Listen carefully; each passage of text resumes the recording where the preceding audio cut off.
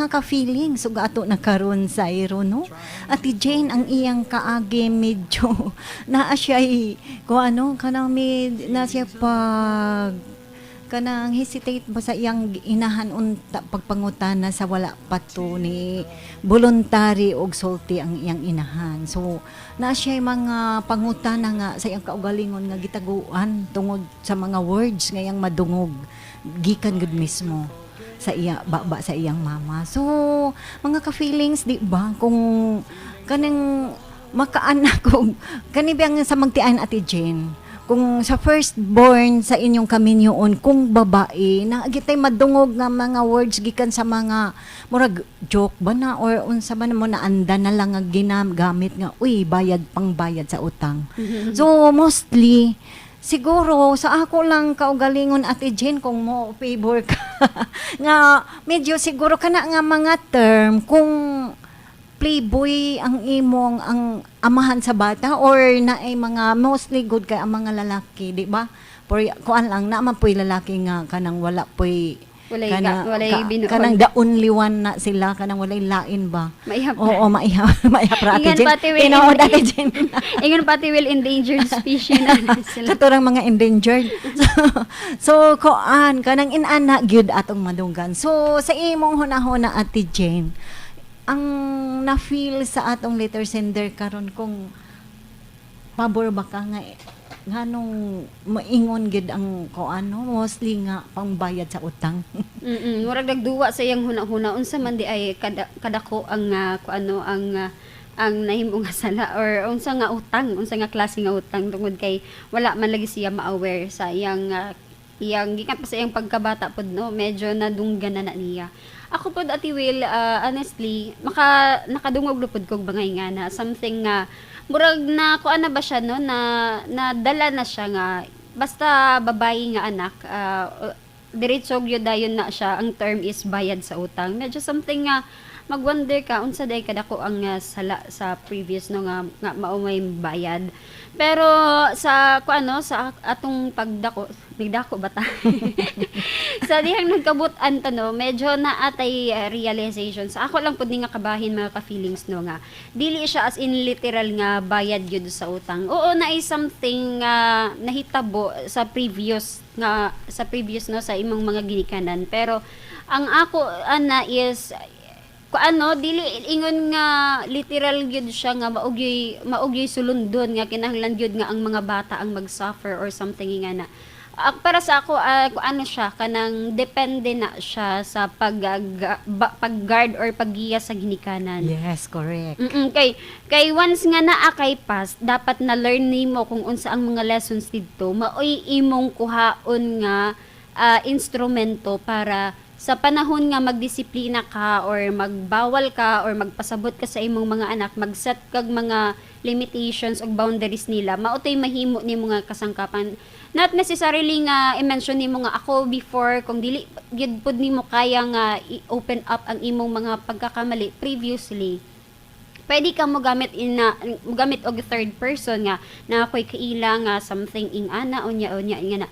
So para din nga kuan magud ang ako magud din ang akong punto diri Ati Will is dapat open ka sa imong mga anak nga pag-abot sa normal man gyud no nga ang mga bata magkadako maka-experience gyud sila mubati gyud sila mga ingana about sa gugma o pag-admire man lang dili man ingon nga ipalalo pag-admire nga makakuan sila no maka-appreciate sila og opposite sex nila. Ang importante din manggod dapat is ipa-feel nimo sa imong mga anak nga pag-abot sa ing anak nga butang, open ka para maminaw sa ilaha. Sometimes man good nga nung mamali ang mga anak tungod kay naa sila'y gibati pero walay makakorek sa ila or walay makapa-remind sa ila tungod kay hesitant sila, magduha-duha sila pag open up sa ginikanan tungod sa ka-istrikto or kaisog.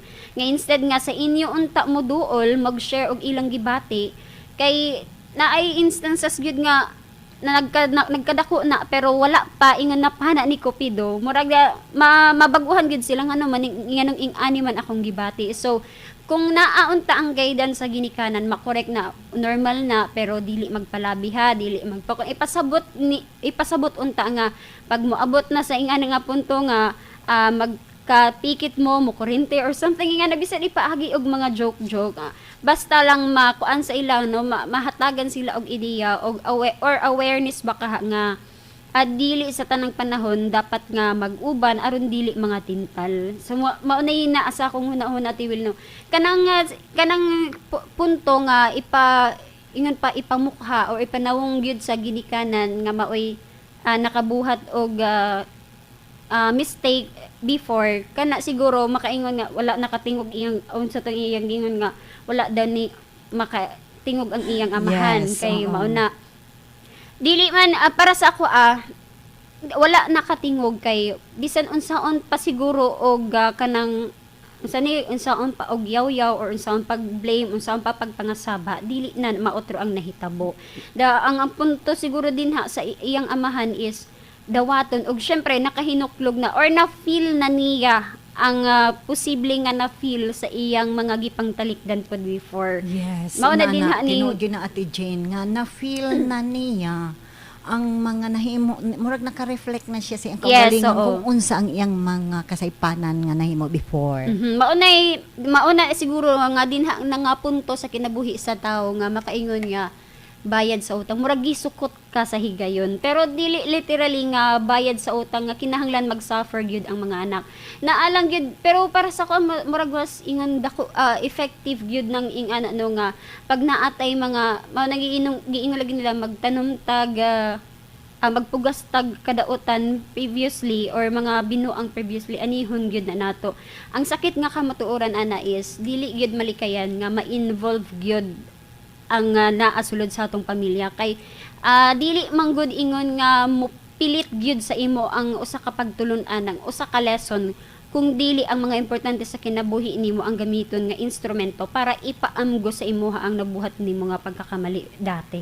Yes, tinuod gyud na nga kinahanglan gyud nga atong may open up ngadto sa atong mga anak kung unsa ang imong mga pero magkuan pud siguro Ate Jane no magdepende sa klase sa tao. And then, ang na akong ikadungag mga ka-feelings, no, nga, kuan gyud Ate Jane, gikan gyud sa atong, naisa ang akong nakuha dito sa mga pangutanang nganong na carry forward until now kanang nga mga words. Yes, oo, nga naman bayad sa tuod. utang. Because kuno nga, naagyod sa, according sa hme.com nga, maybe it's because of the Bible verses about punishment of sin. So nakasala man ang iyahang ginikanan o iyang papa nga murag na carry over to the next generation.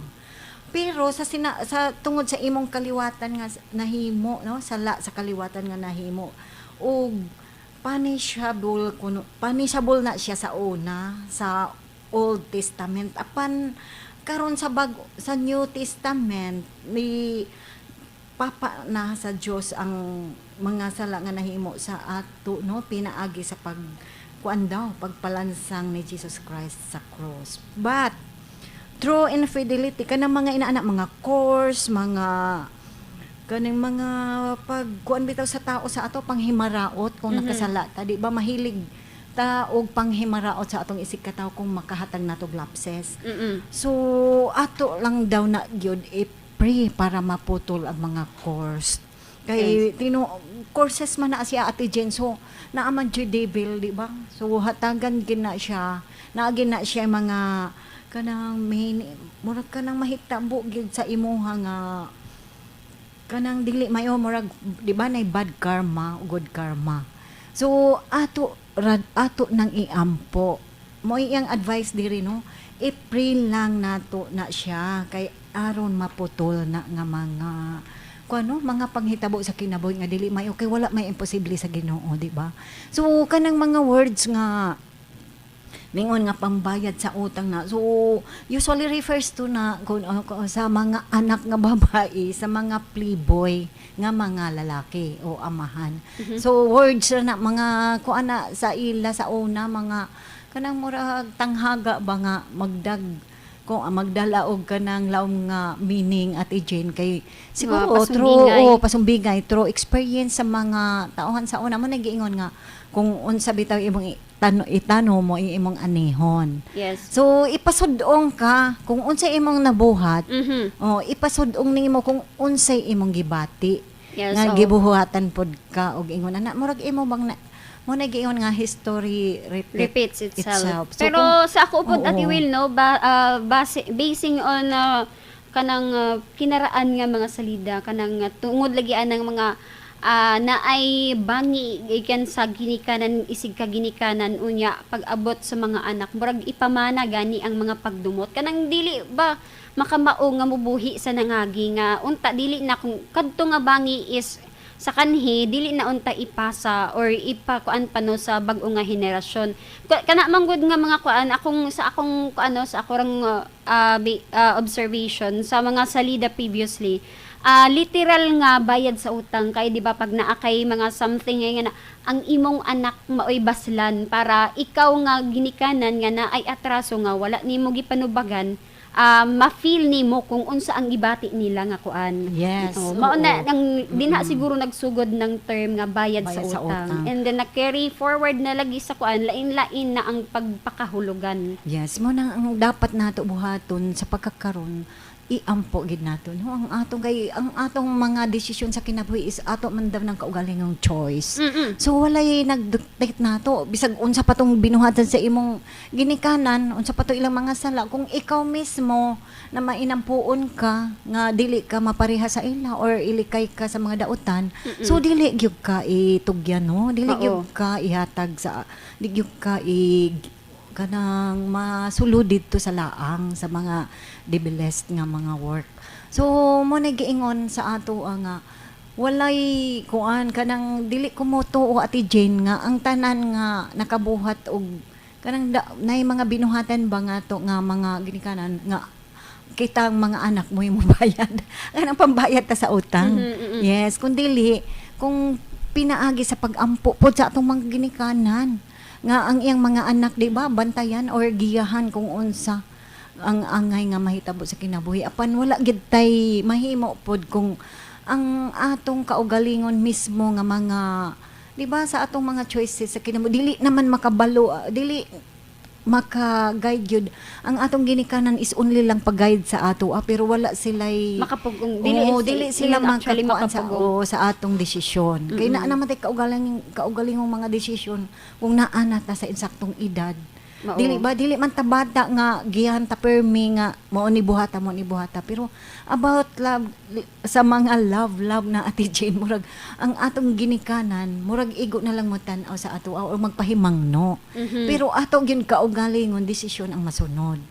So dili ko mo agree nga pangbayad sa utang murag kanang dili na sa karon mahitabo siguro Ate Jane nga inana nga kay kaugalingon na natong desisyon ang nag-atong gihimo. Kasahon ang atong quotes for the day nga atong napili no gikan kang Soren Kierkegaard nga life is not a problem to be solved but a reality to be experienced.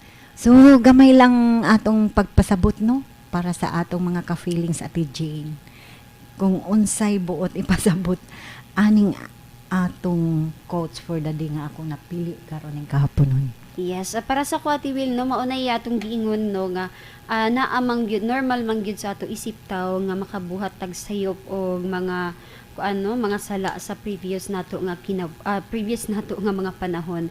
Pero ang importante din ha kung unsay atong sayop didto kutloon natong atong nakatunan nga mga pagtulunan og atong ipasa sa next nga henerasyon para ma-experience kung ang unsa man galing ang ilang ma-experience kasusama sa atong experience previously makahatag ta nilag tabang or guide or kanang awareness nga sa ingana nga experience dapat piliun nila ang mga dalan nga wala nato napili previously para makorek na sa ilang nga panahon dili. Tama og karon ato nang basahon ang atong Bible verse for the day.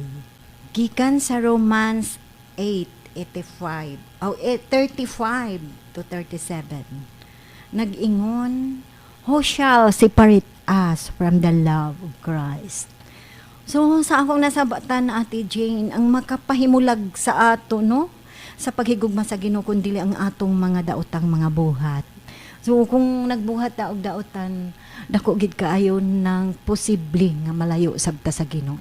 So atong paningkamutan nga pinaagi sa atong pagbuhat og maayo sa mga gitudlo sa Ginoo sa o pagsunod sa mga gitudlo niya sa atoa, sa pagsunod niini. So sure gud ta nga naa ang Dios nagauban kanato.